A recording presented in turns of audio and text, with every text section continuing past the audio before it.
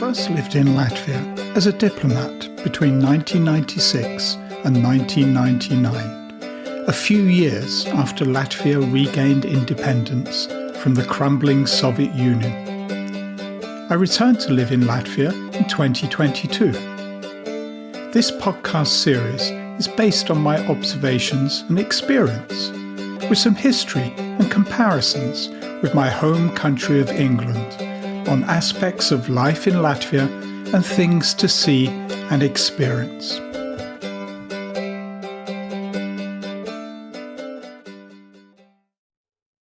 On Tobago. From grey skies to turquoise waters. I'm presently looking out of my window in Riga. The sky is that familiar winter shade of Baltic grey, the kind that feels like a woolen blanket pulled tight over the city. It's the sort of day that makes you dream of escape. Nowadays, many Latvians do exactly that, jumping on Air Baltic, Ryanair, or another airline to a warm destination. But what if I told you that 370 years ago, the people of this very land, or at least their rulers, didn't just dream of escape, they actually went. And they didn't just go on holiday, they went to conquer.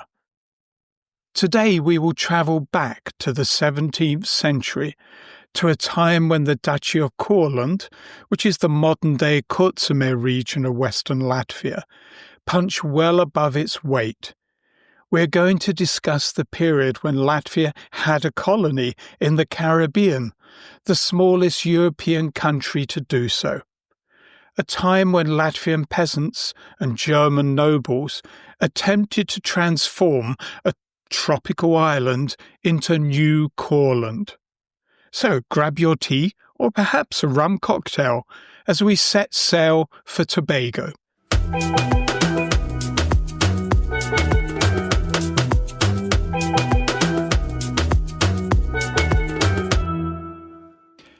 The Dream of Duke Jakob. To understand how a small duchy on the Baltic Sea ended up in the Caribbean, we need to talk about one man, Duke Jakob Kettler. If you visit Kuldiga in Latvia today, that beautiful UNESCO-listed town with the brick bridge and the flying fish that I mentioned in a previous episode, you might see a statue of him. He was born there. He doesn't look like a pirate. He appears more of a pragmatist. Duke Jakob was obsessed with one thing, trade. He looked at the Dutch, the English, and the French and thought, why not us? In the 1640s and 1650s, Ventspils was not a quiet port. It was a hub of industry. Jakob built shipyards that produced vessels rivaling anything in Europe.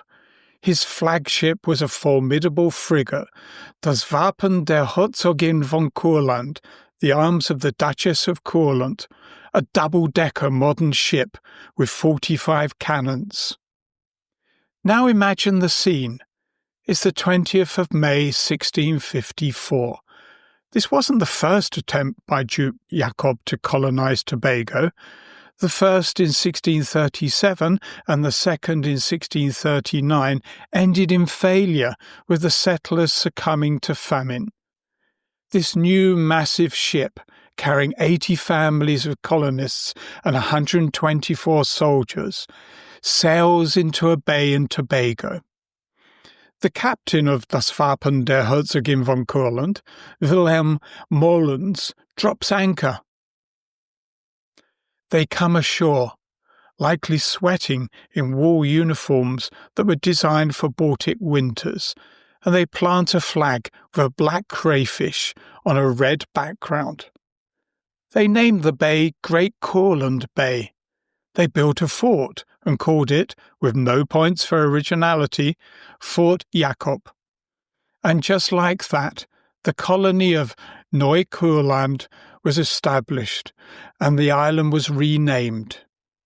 In 1657, reinforcements arrived from Courland, and 120 colonists were added. The Courlanders had established the first real settlement in Tobago.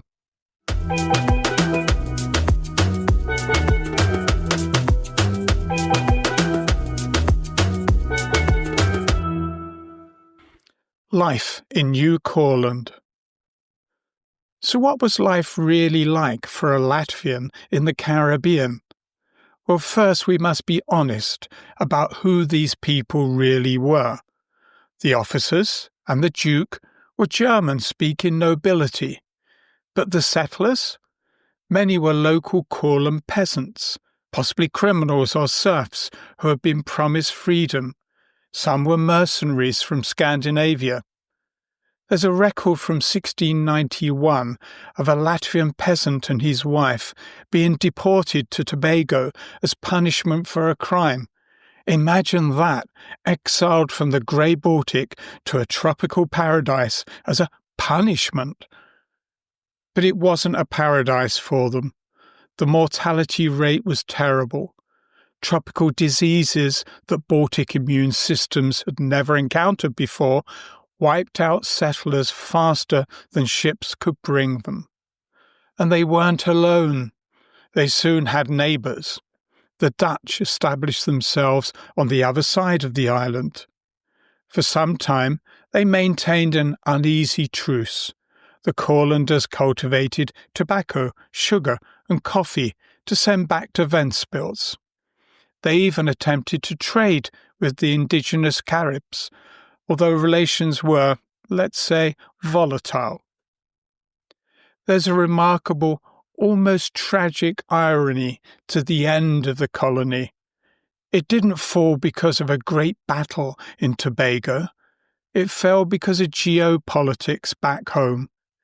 In 1658, Duke Jakob was captured by the Swedes during a war in Europe. When the news reached Tobago, the garrison, mostly mercenaries who hadn't been paid in months, mutinied.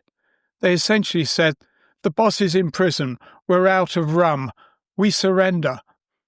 The Courlanders gave the colony to the much bigger Dutch settlement in exchange for free passage back to Europe in 1659.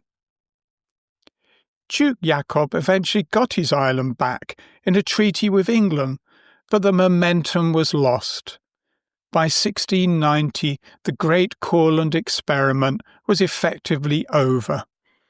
For Tobago, over half of a century, they saw the English, Dutch, Spanish and French raid and fight over their territory.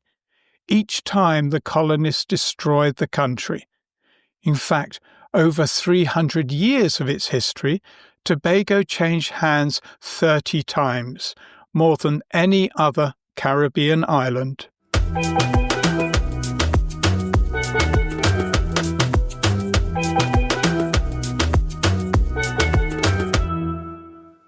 Remnants of an empire.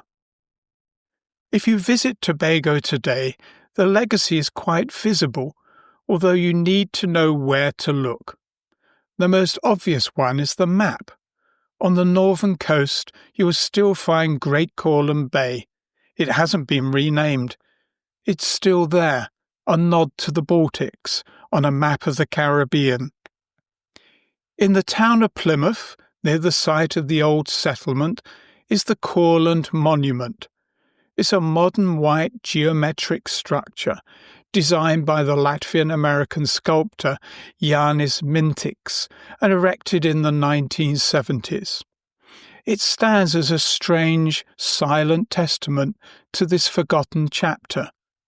The inscription commemorates the bold, enterprising and industrious Courlanders from faraway Latvia on the Baltic shores, who had lived in this area named after them from 1639 to 1693. There are also legends. Some locals in Tobago still bear family names that sound eerily Baltic, or at least German or Courlander, though tracing their origins is difficult. In Plymouth, tourists are attracted to the mystery tombstone of Betty Stiven. While she probably lived later, in the 18th century, Her grave is located in the heart of what was once the Courlanders' settlement, heightening the ghostly atmosphere of the place where Jakobstown once stood.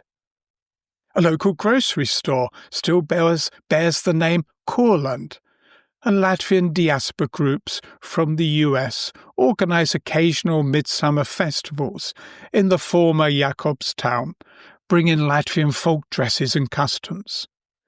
The Courland colonisers left their traces.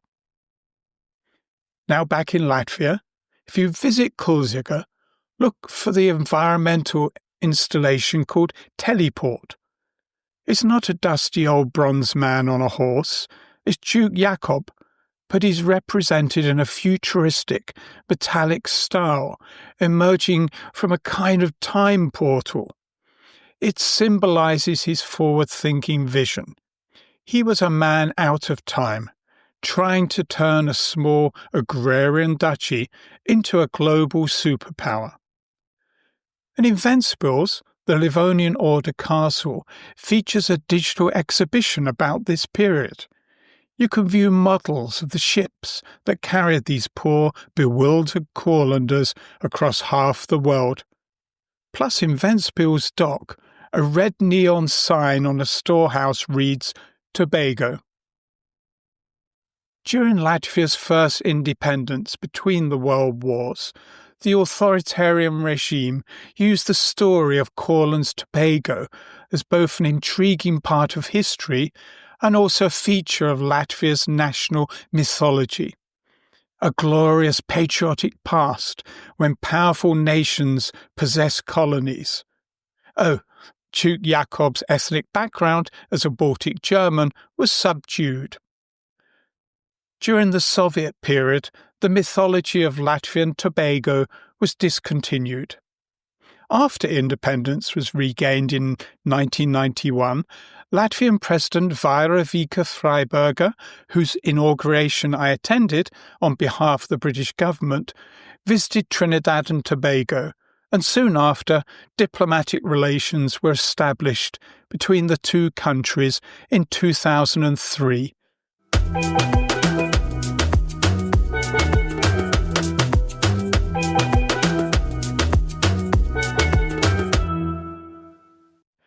Personal reflections. I'm not a supporter of colonisation. I know some people, especially in Britain, talk about the education and infrastructure developments that were brought to colonies many years ago. I see the subjugation of the local people, the slavery that made privileged Brits and other Europeans incredibly rich, and did immense harm to the majority population and enslaved workers. I have visited the Caribbean several times, both as a tourist and while working as a British diplomat. I'm even known to bore my PR apprentices with a story of running a crisis communications simulation in the Caribbean about hurricanes. Yes, it really did take place. My last personal visit was just before the COVID pandemic struck, to St. Lucia. Such a beautiful island and such a lovely people. When we disembarked from the Virgin Atlantic plain, it was heading onwards to Tobago, an island hop. And believe it or not, the supermarkets in St. Lucia had Waitrose products in it. In return, my local Waitrose in Sudbury, England, stocks Chairman's Reserve spiced rum. In my humble opinion, the best rum in the Caribbean. Tobago was ceded to Britain after the Napoleonic Wars and was administratively united, annexed in fact, with Trinidad in 1889, remaining a British Crown colony until its declaration of independence in 1962.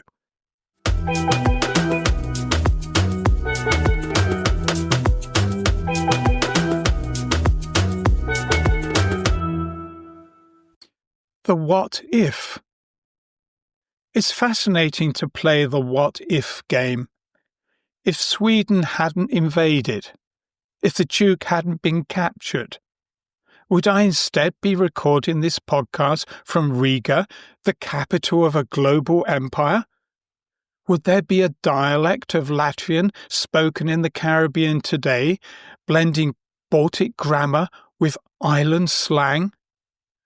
Latvia, Courland, was the smallest and fastest growing state in the world during the time we have examined.